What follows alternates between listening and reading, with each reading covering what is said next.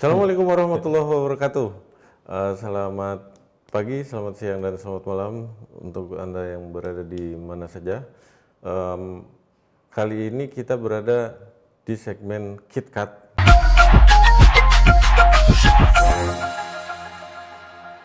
dari channel Megapolitan News Forum TV, ya, atau bisa disingkat dengan mnftv.id. Hari ini saya perkenalkan dulu karena ini adalah tayangan perdana. Ini adalah Kang Tisna.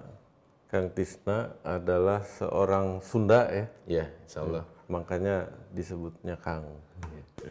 Begitu juga dengan saya, cuman beliau lebih nempel ke Jawa Timur begitu ya. Jawa Tengah. Ya, Jawa Tengah. Mana mungkin. Oke, hari ini kita akan menyoal mengenai UMP nih. Ini sangat seru banget ya, karena berkaitan sekali dengan apa yang akan dirasakan secara langsung oleh masyarakat di Megapolitan, di Jakarta khususnya, karena UMP ini adalah upah minimum provinsi untuk DKI Jakarta. Nah, Kang Tisna, menurut Akang gimana UMP itu sendiri? Jadi sebelum kita hukumi sebelum kita menyoal UMP ini dengan fakta-fakta yang ada sekarang, jadi sebetulnya sistem pengupahan itu kalau dalam Islam itu seperti apa sih? Oh gitu. Ya. Tapi sebelumnya emang ada masalah dengan UMP ini, Kang Imam? Ya, jadi yang sedang diangkat di pemberitaan sekarang itu kan UMP yang merupakan turunan dari Undang-Undang Cipta Kerja itu yang sedang dipermasalahkan ya oleh buruh. Kalau dari sisi buruh adalah kenapa kok naiknya cuma 73.000 begitu dari yang tahun lalu. Iya. Kalau dari sisi pengusahanya ya memang kalau mau naik setinggi-tingginya maka sebetulnya akan membebani pengusaha, karena pengusaha juga harus concern terhadap seluruh biaya perusahaannya, yang gaji itu kan hanya salah satu komponen. Jadi ini ada dua kepentingan yang harus ketemu gitu ya.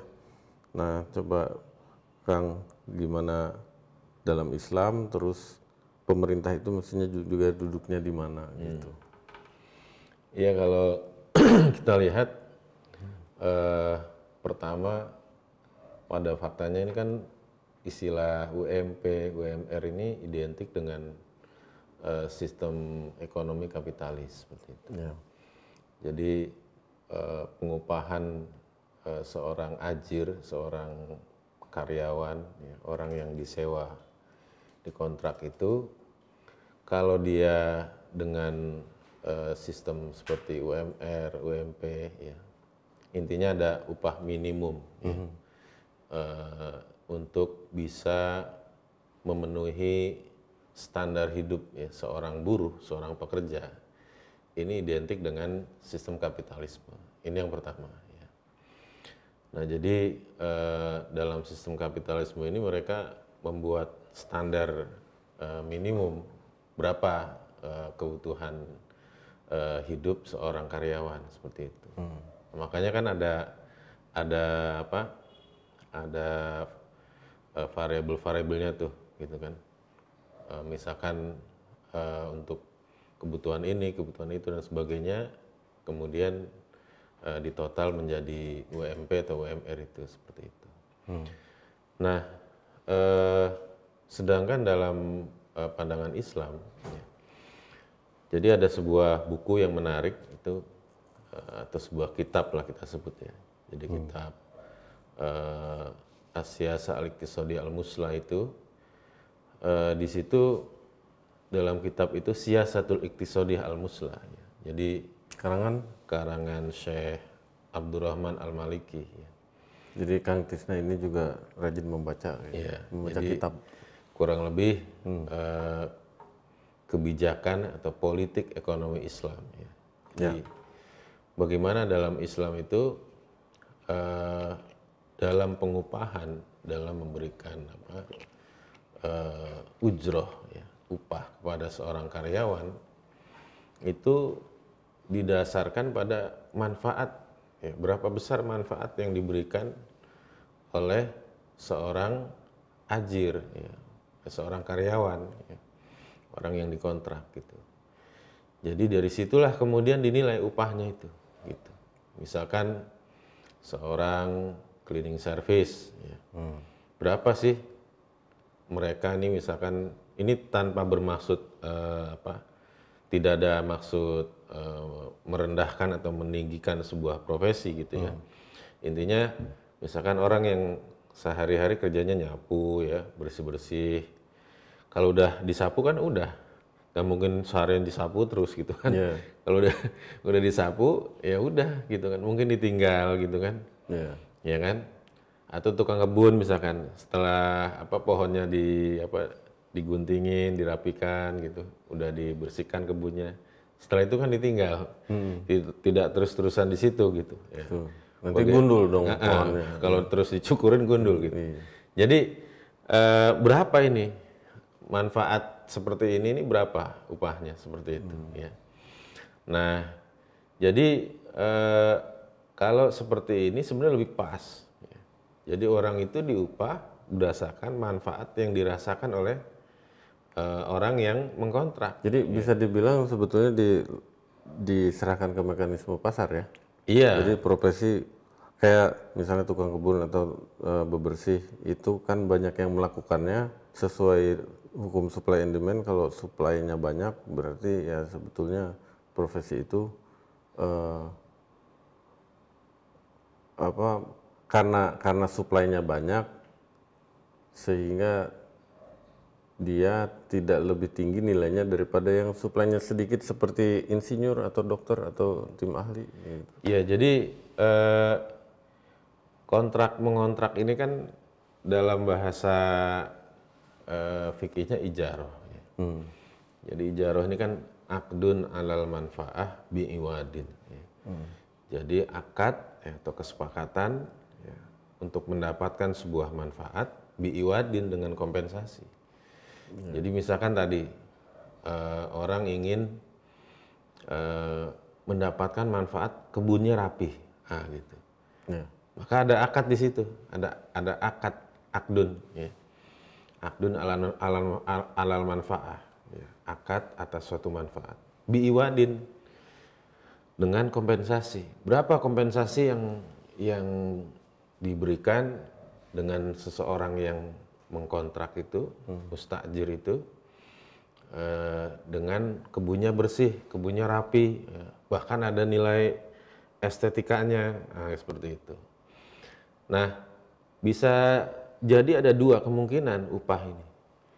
Bisa jadi atas kesepakatan kedua belah pihak. Orang yang mengupah dan yang diupah, mustajir dan si ajir.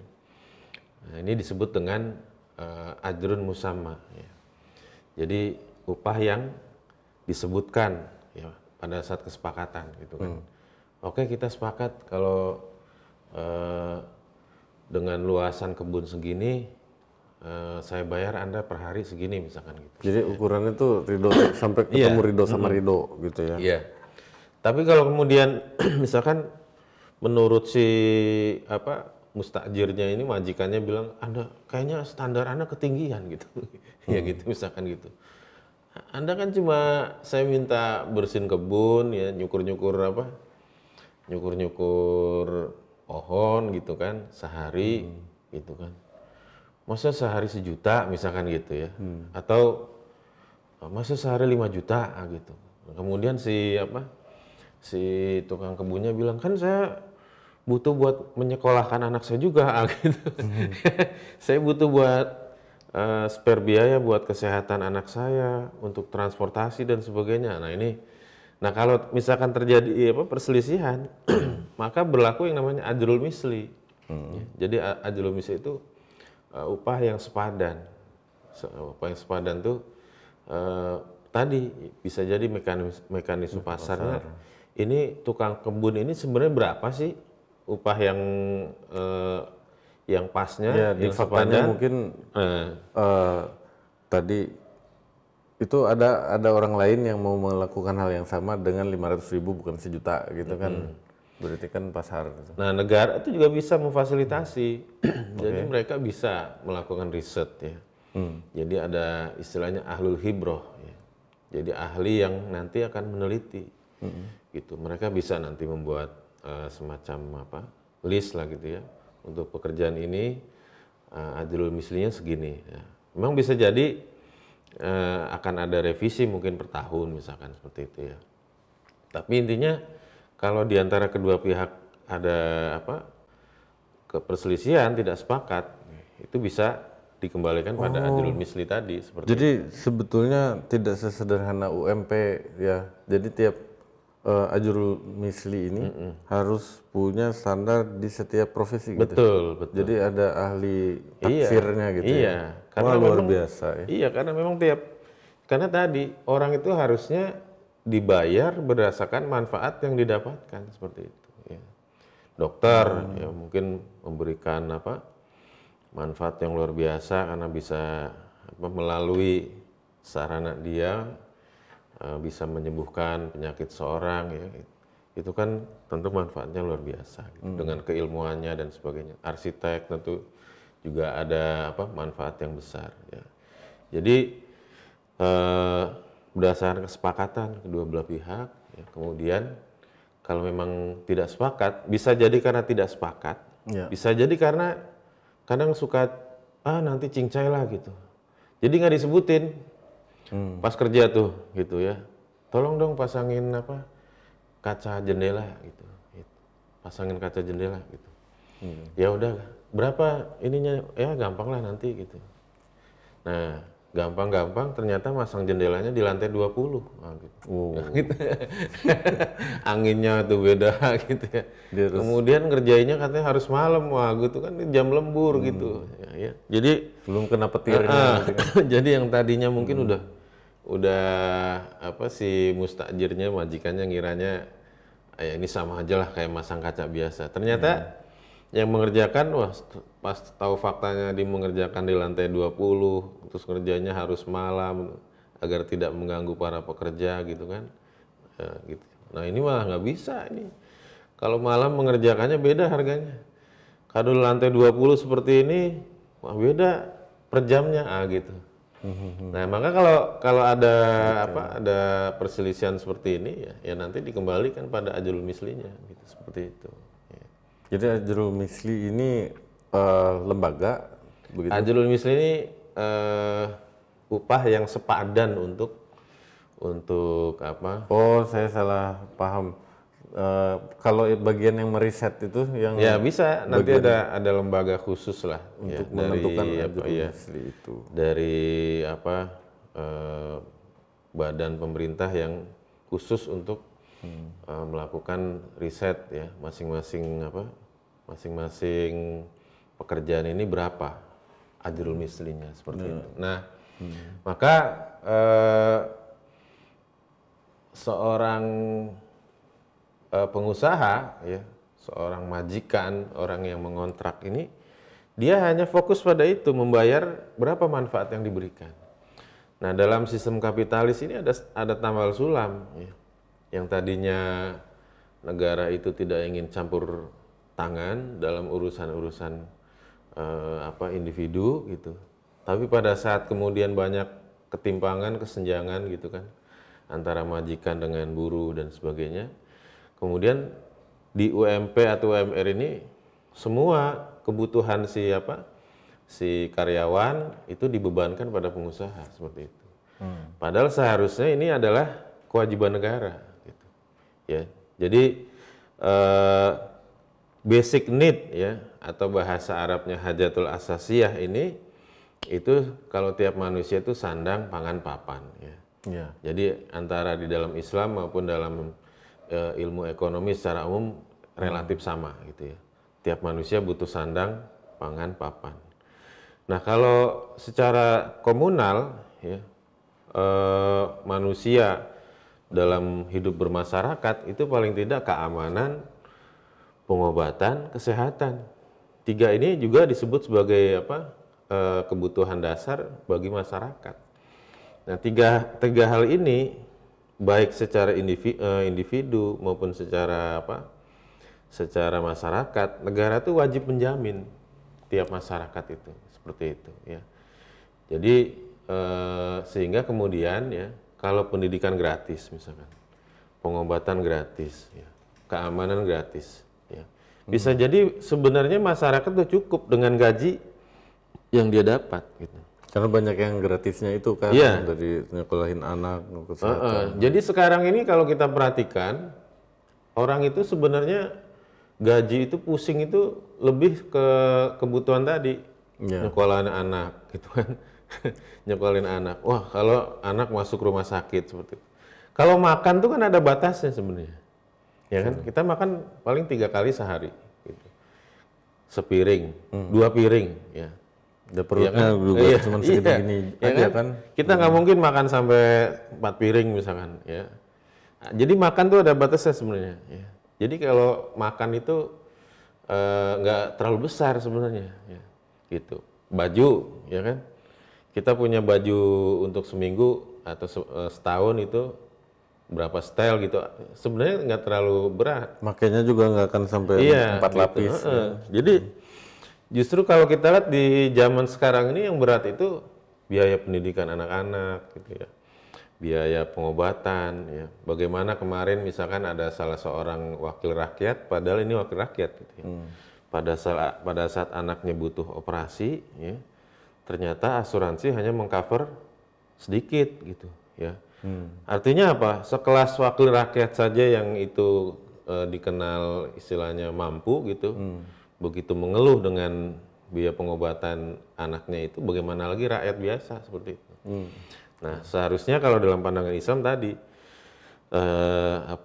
kebutuhan masyarakat ini ya, keamanan, pengobatan, pendidikan ini bagian dari tanggung jawab negara ya, seperti itu ya. Jadi seperti itu. Maka kemudian dari sisi pengusaha maupun dari sisi buruh ya, dari sisi karyawan sebenarnya dapat semuanya.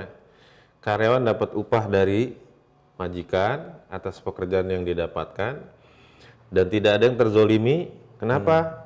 Karena dia bekerja mendapatkan upah yang sesuai dengan manfaat yang dia berikan pada pengusaha, pada majikan gitu. Si pengusaha juga begitu, dia membayarkan sesuai dengan manfaat yang dia dapat seperti itu. Nah, kemudian adapun kebutuhan-kebutuhan lain ya seperti pendidikan, kesehatan itu sebenarnya bukan tanggung jawab dari pengusaha. Itu tanggung jawab negara gitu. Kalau kita lihat Jerman misalkan ya. Kalau kita tanya luas wilayah Jerman dibandingkan Indonesia misalnya, tentu jauh lebih besar Indonesia, termasuk sumber daya alamnya seperti itu. Tapi mengapa mereka bisa pendidikan gratis? Nah, gitu. Banyak anak-anak misalkan yang kemudian kuliah ya ke Al-Azhar di Mesir, ya. Itu juga gratis ya. Padahal itu hanya dari wakaf, dari wakaf. Dari wakaf kalau yang di Gitu, gitu ya, dari wakaf. Kalau di Jerman, kalau Jerman dari pajak, dari gitu pajak. ya. Jadi maksud saya kalau negara-negara seperti itu ya, yang kalau dibandingkan dengan Indonesia, harusnya Indonesia lebih bisa gratis lagi, gitu seperti itu. Ya. Saya pernah menghadiri sebuah forum ya di Gedung Juang 45 itu, waktu itu hadir mantan Pangap, ya, almarhum Jenderal Joko Santoso. Ya. Dia bilang, saya itu udah keliling dunia katanya. Termasuk saya ke Afghanistan. Di Afghanistan tuh semuanya coklat katanya. Nah, gitu. Maksudnya tanah gersang. Gitu. Ya. Semuanya coklat. Itu di sana aja orang bisa hidup katanya gitu. Ya. Saya yakin kalau Indonesia ini, negeri kita ini diatur dengan baik, ya, jauh lebih makmur lagi seperti itu. Ya. Apalagi diatur dengan aturan Islam, ya, dengan syariat Islam. Dan syariat Islam ini adalah bagian dari yang diakui, ya, Islam ini diakui di negeri ini. Artinya tidak ada yang bertentangan gitu pada saat orang itu menyuarakan ide ini ada loh dalam Islam seperti ini dan rasional gitu kan, ya, rasional kemudian kalau diterapkan, wah ini cantik ini gitu, oh bagus ini, tidak akan ada problematika perburuhan, gitu, Ya. ya kan? Karena buruh sadar, oh saya memberikan manfaat segini, dibayar segini, wajar. Begitu juga senang pengusaha, karena dia membayar ya apa sesuai dengan manfaat yang didapatkan seperti itu. Tidak harus tercampur dengan komponen pendidikan dan lain-lain yang sebenarnya adalah kewajiban pemerintah. Kewajiban pemerintah. Maka posisi pemerintah ya ini adalah bagaimana dia mengatur urusan umat. Maka posisi pejabat publik ya, penguasa itu memang jabatan politik. Dalam Islam itu ya politik itu riayatus su'unil ummah. Bagaimana mereka mengurusi urusan umat, melayani umat, nah, seperti itu. Ya, Kang, bisa nggak dibilang begini? Jadi sebetulnya pola yang ada sekarang tuh ada perusahaan pabrik gede, ada partai buruh, bukan partai buruh, serikat buruh di bawahnya. Itu tuh seperti perbenturan antara kapitalis sama sosialis. Jadi sosialis lah yang sebetulnya menginspirasi para buruh untuk menuntut haknya yang seperti mereka mau gitu ya. Kan karena itu juga kita bisa temukan banyak serikat buruh ya ada gitu ya yang berwarna kiri gitu. Ya mau nggak mau menurut saya ini juga adalah alami ya ketika suatu sistem atau ekosistem bekerja dikooptasi oleh kapitalis, maka akan ada yang bergeliat untuk melawan gitu ya. Nah ini sebetulnya nggak seperti ini kan hubungan antara karyawan sama bohir atau bos di dalam Islam ya. Seperti apa tuh sebetulnya hubungan antara mereka ini? Ini kan kadang-kadang sampai kayak musuhan loh. Padahal saling membutuhkan gitu. Ya saya rasa yang terjadi itu alami ya. Alami tadi sebagaimana yang dikatakan Kang Imam ya. Jadi alami, apalagi kemudian memang dalam aturannya itu kan diatur boleh begitu. Jadi ada istilah tripartit ya kan, antara pengusaha, buruh, pemerintah sebagai pembuat kebijakan. Memang ada aturannya, ada tripartit itu. Kalau dalam perusahaan ada bipartit antara pengusaha dan buruh dengan buruh. Memang diatur itu ada. Jadi artinya dalam sistem kapitalis itu memang memberikan ruang itu seperti itu. Ya. Justru kalau dalam sistem sosialis bisa jadi nggak ada itu, nggak boleh protes-protes masalah upah ini bisa jadi seperti itu. Dalam Islam? Nah, sedangkan dalam Islam tadi al-muslimu ingda syurutihim, seorang muslim itu ya dia dinilai dari bagaimana dia menjalankan syarat-syarat yang ditentukan pada saat misalkan tadi yang namanya ijarah itu adalah akdun alal manfaah biiwadin ya. Maka kemudian syarat-syarat ijarah dan sebagainya tadi ya harus saling memenuhi hak dan kewajibannya seperti itu. Ya. Gitu. Jadi seperti itu ya. Jadi bagaimana si ajir ya karyawan yang dikontrak dia memenuhi kewajibannya memberikan manfaat, dia nanti dapat hak. Sebaliknya mustajir ya yang dia mengontrak majikan atau pengusaha, dia memenuhi kewajibannya pada saat mendapatkan manfaat, ya, memberikan upah, dan dia mendapatkan haknya, ya, yaitu dengan mendapatkan manfaat yang diberikan oleh orang yang diupah, oleh si ajir, seperti itu. Ya. Kalau dilihat dari sudut pandang yang ini, misalnya serikat buruh ini kan dari sudut pandang pengusaha mah kayak apa tuh seperti ingin berontak dan ngomporin sesama buruhnya untuk ngelawan. Dari sisi buruhnya ya mereka juga punya kebutuhan yang mana tidak mereka sebetulnya nggak tahu banyak dari komponen-komponen pengeluaran mereka yang semestinya tidak mereka tuntut ke sana ya, ke pengusaha, mestinya harus disupport oleh pemerintah. Nah, pertanyaan saya, kalau dalam Islam itu anak buah nih, karyawan sama bosnya, apakah ada kaidah bahwa si pemimpin ini kan dia yang punya visi dan misi perusahaannya kemana, maka si karyawan ini harus harus taat tuh sama bohirnya gitu. Yang kemudian kalau ini tidak terjadi, kalau misalnya tidak ridho dia di situ, ya dia bisa keluar entah bikin perusahaan sendiri atau dia kerja di tempat yang lain begitu. Jadi pertanyaan saya, apakah ketaatan itu mesti ada kalau di Islam? Iya tadi itu bagaimana seorang muslim itu dia harus terikat dengan syarat-syarat, dengan akad-akad yang sudah dilakukan seperti itu. Jadi lebih ke setara sebetulnya. Iya, sebenarnya setara. Sebenarnya Okay. setara ya. Jadi pada saat kadang-kala kan kalau kita perhatikan dalam hadis ya, dalam sirah, bagaimana seorang Ali bin Abi Thalib ya, menantunya Nabi ya, menantunya kepala negara Yeah. bekerja dengan orang Yahudi menimba air ya. Itu setiap timbaan mendapatkan kurma seperti itu ya. Jadi artinya apa? Ya tidak ada masalah itu ya. Yang penting bagaimana tadi kedua belah pihak ini saling memberikan take and give antara hak dan kewajiban ya, seperti itu. Sehingga seharusnya tidak ada problematika perburuan tadi, ngompor-ngomporin segala macam ya. Selalu tidak puas dengan dengan upah yang ada ya. Kalau memang masing-masing menyadari hak dan kewajibannya gitu. Masing-masing menyadari bagaimana posisinya sebagai ajir, sebagai buruh, karyawan, dan posisinya sebagai mustajir, sebagai pengusaha atau sebagai majikan, seperti itu. Jadi kalau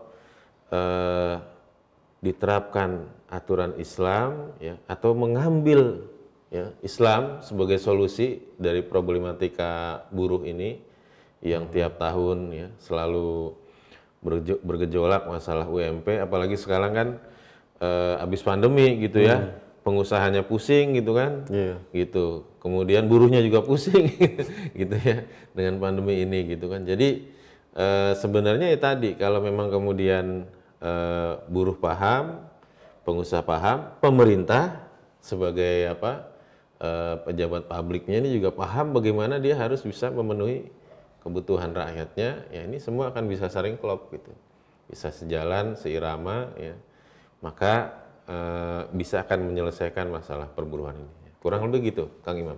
Siap. Jadi mungkin ini sudah di penghujung waktu, kita simpulkan ya beberapa hal. Yang pertama ternyata nih dari saya dapetin dari perbincangan yang barusan adalah satu, ikatan antara pengusaha dan karyawannya itu adalah lebih ke setara mestinya ya, nggak seperti sekarang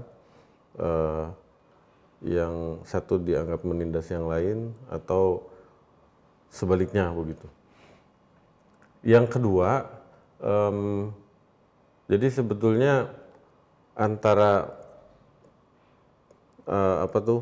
pengusaha, karyawan dan pemerintah itu pemerintah tidak hanya jadi wasit saja gitu, tapi sebetulnya pemerintah punya andil yang sangat besar, yaitu memenuhi kebutuhan rakyatnya, termasuk pengusaha juga harus dapat, karena pengusaha juga nyekolin anak bisa dapat sekolah gratis dari anak misalnya, atau kesehatan. Begitu juga dengan karyawannya. Dengan begitu beban hidup itu tidak sedemikian tinggi atau terasa berat seperti di zaman kapitalis seperti ini, yang yaitu kedua-duanya kan merasa berat karena pemerintahnya ya tidak berfungsi sebagaimana idealnya. Sebagaimana idealnya gitu. Sebagaimana idealnya. Seperti itu ya. masalah UMP ini memang kita tidak bisa samakan sudut pandangnya dengan sudut pandang di ekosistem kapitalisme hari ini gitu ya. Bisa jadi mungkin pandangan Islam ini mungkin oleh buruh dianggap tidak berpihak ke buruh, oleh pengusaha dianggap tidak berpihak ke pengusaha. Kalau dilihat secara singkat gitu ya. Padahal kalau di zoom out semuanya kelihatan, kita itu justru mendorong pemerintah untuk lebih banyak andil untuk membantu rakyatnya. Di dalam Islam itu seperti itu, ekosistemnya beda dengan sekarang yang pemerintah hanya menjadi wasit saja gitu ya. Baik, nuhun Kang Tisna. Ya, sami-sami. Atas ilmunya, dan kita berjumpa lagi di segmen selanjutnya. Assalamualaikum warahmatullahi wabarakatuh. Waalaikumsalam.